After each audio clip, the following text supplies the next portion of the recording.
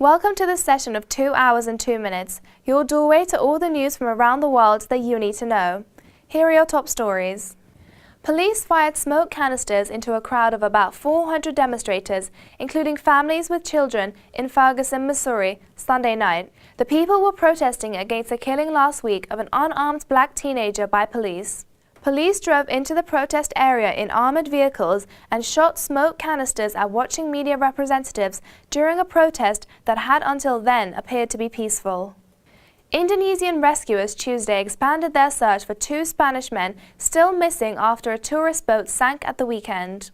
The accident forced survivors to swim hours to dry land and drink their own urine.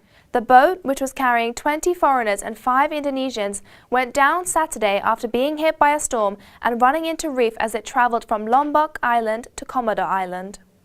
Japan Foreign Minister said Monday Japan is looking into reports that a Japanese man may have been detained possibly by militants in Syria. Japan received a tip from a person, not a country or terrorist group, about the capture.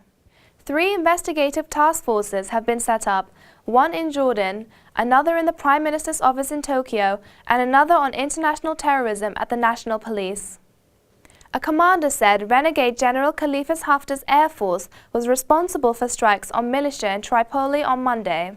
Fighters from Misrata, east of Tripoli, have been battling militia from the western Zintan region for weeks and have thrown the North African state into anarchy.